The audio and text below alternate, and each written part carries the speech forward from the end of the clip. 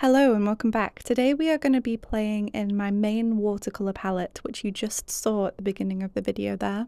And that is because I have felt the need for some comfort painting after all of the studying I've been doing recently. I have been spending a lot of my painting time using my expansion palette, which is where I put my lesser used pigments and also where I put any new pigments I'm learning about. And one of my goals in the last couple of weeks has been trying to find an alternative to my favourite warm red, because, just to catch everyone up to speed that hasn't been along on this journey quite yet, the warm red that I have been using for years was discontinued back around 2019 time, and I only have enough left now to refill my palette about 2 more times, and then that's it. I'm out, it's gone, da da da da da. I'm going to end up making a whole video on the journey I've been on, studying, trying to find an alternative. But today we're going to just be celebrating that pigment. Before I talk about the pigment itself too much, I just want to talk about what I'm doing right now, which is setting up 3 puddles of paint to start off the painting. The first one you're seeing is yellow ochre, which is a classic for me for starting off animal paintings, and now you're seeing me dip into that warm red. And I am also adding a little bit of PY150 nickel azo yellow to it. Again, more about the warm red in a moment. And then for the third puddle, I am making a neutralized colour. So I'm using yellow ochre again, but this time with a little bit of burnt umber, which you see me go into now, and then some indanthrone blue, a non-granulating blue, to just neutralize it slightly. And these 3 puddles is how I started off the painting, and from there I modified those 3 puddles for future layers as well. So because that's so important for starting off the painting, I just wanted to take a little aside, a little bit of a moment to just explain that bit. But back to what I was originally talking about.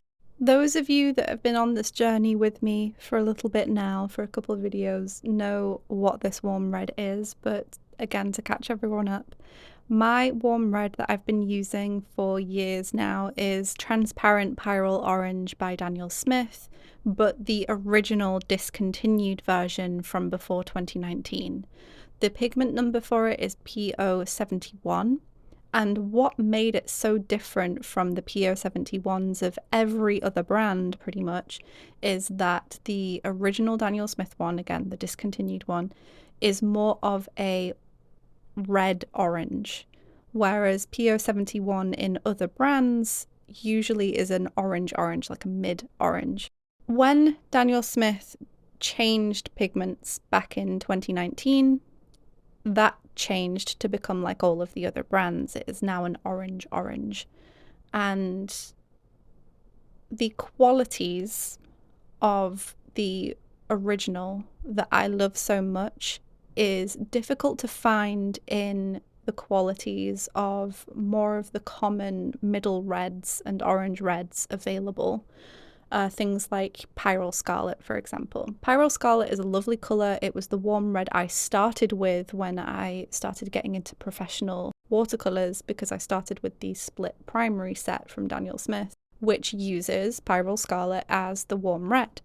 However, Pyrrol Scarlet has a couple qualities to it that I don't prefer as an everyday warm red for me. It is on my main palette, but it is more of a special case use scenario over the Transparent Pyrrol Orange, and that is mostly down to its transparency. Transparent Pyrrol Orange has a much more transparent quality to it, and as a result it has like this almost luminosity and glow to it. The only way I can kind of compare it is for the people that love PY150, the people who love nickel azo yellow. That glow that you get from nickel azo yellow, I find a glow in the original Transparent Pyrrol Orange, and that glow is very difficult to find in your common warm reds, and it's more common to find semi-transparent and semi-opaque and opaque warm reds.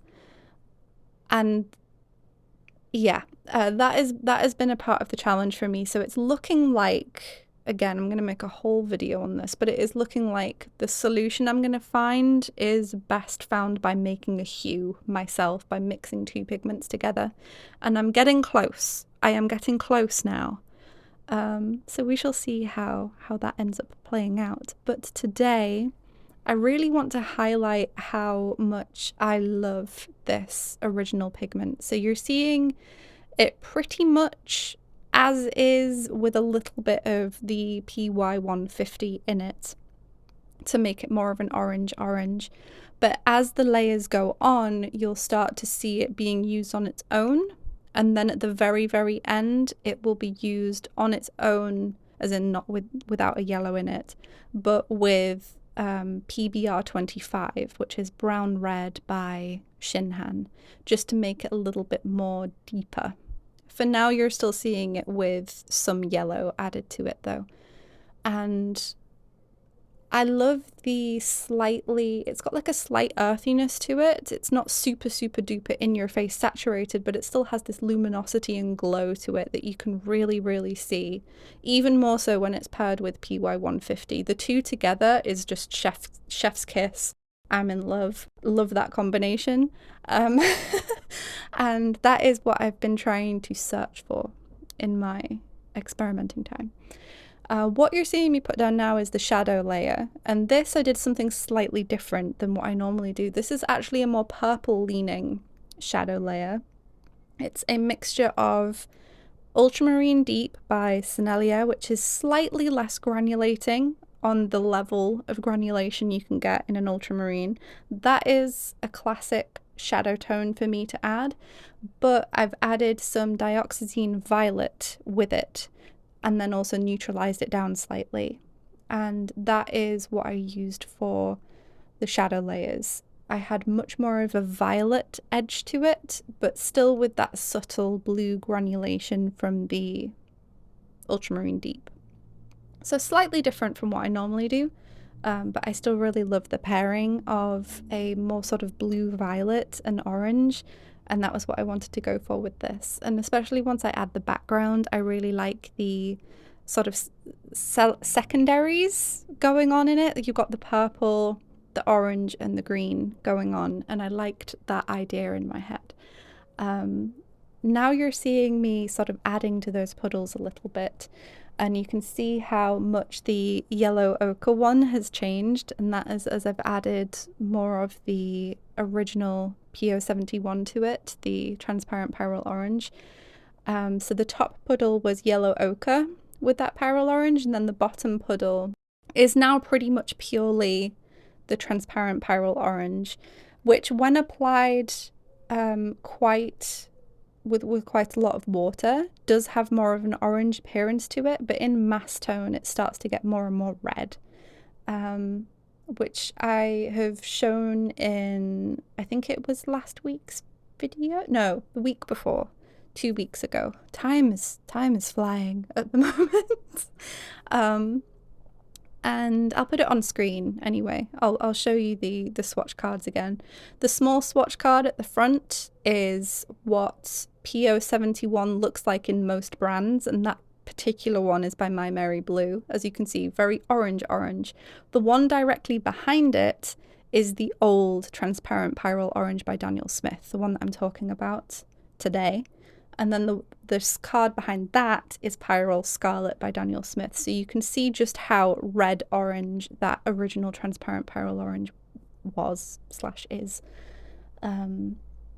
So what do I love using Transparent Pyrrol Orange for? Well, the obvious answer is for painting orange animals. I mean, that's the what we're doing today. That's the most obvious one, but I do actually use it for a lot of other applications, and I find it fits my needs a lot more than Pyrrol Scarlet does. Again, partially because of that like preference of the transparency and the luminosity, but also just because I really love the mixes it produces with other colours.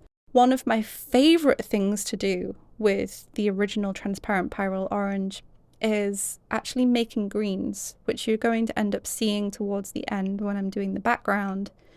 And I love the earthiness of the greens I'm able to achieve. I get some absolutely gorgeous greens. The only thing I can really compare it to is the kind of greens you can get when mixing, and again, this is also with a now discontinued pigment, the greens that you get when you mix with quinacridone burnt orange. They do look slightly different because quinacridone burnt orange is definitely more of like it's much more earthy, but it is also more yellowish than this is. They do both give different greens, but it kind of has that same effect of making a very earthy green. And my favourite green to pair with Transparent Pyrrol Orange is PG7 Phthalo Green Blue shade. I do also love pairing it with what's it called? Viridian, which is PG18. So I'm talking about the original Viridian, the one that granulates. Both of those are gorgeous together, but obviously the Viridian does end up having the green granulation in there as well. I also love Transparent Pyrrol Orange when paired with, it makes really interesting effects when paired with dioxazine violet. I guess that's also partially why I wanted to use that colour for the shadows in this as well. But when mixed together, it ends up making some interesting neutrals. It also makes gorgeous neutrals when paired with blues. And it generally makes just very pretty, dark, deep colours as well. And I'm able to get very clear mixes from it because of, again, that transparency. Now, again, I do love Pyrrol Scarlet, but it is a very different colour to work with because of the more semi-opaque nature of it, and it's also just got a different hue to it, different undertones to the hue as well. And if I were to make Pyrrol Scarlet my main warm red, it would end up influencing my mixing choices basically. And I'd rather try and find something that at least has the qualities that I'm looking for. So again, that transparency, that luminosity, that easy mixing, that very clear mixes that I'm able to produce. So reeling back, you're seeing me apply the background now, and what I did for that was I had those 3 puddles, if you remember. The top one you can see, and that is a little bit of yellow ochre but mixed with PG7 and a tiny bit of Transparent Pyrrol Orange. The bottom puddle, which is slightly off camera, is just the Transparent Pyrrol Orange mixed with the PG7 and a little bit of the PBR25. And then there was another puddle which was like a really deep blue I mixed with the dioxazine violet and the PG7. I think I didn't add any Transparent Pyrrol Orange to that, but there were 3 puddles again to make the different tones in the background. And at the end here, I'm just finishing off with a couple white gouache details and a really, really fine detail brush. To finish off here, though, what is your favourite warm red? Because I feel like so many different artists have different opinions on this, and it's really interesting to hear why something is someone's favourite. I know some people love using cadmiums because they want that really heavy opacity and the qualities of the cadmium colours, but then there's also artists that prefer to have a no warm red as well. That's also a thing. I know someone who doesn't particularly like reds and oranges. I'm not going to call them out unless they want to call themselves out in the comments, but let me know. Thank you for joining, and I'll see you next time. Bye!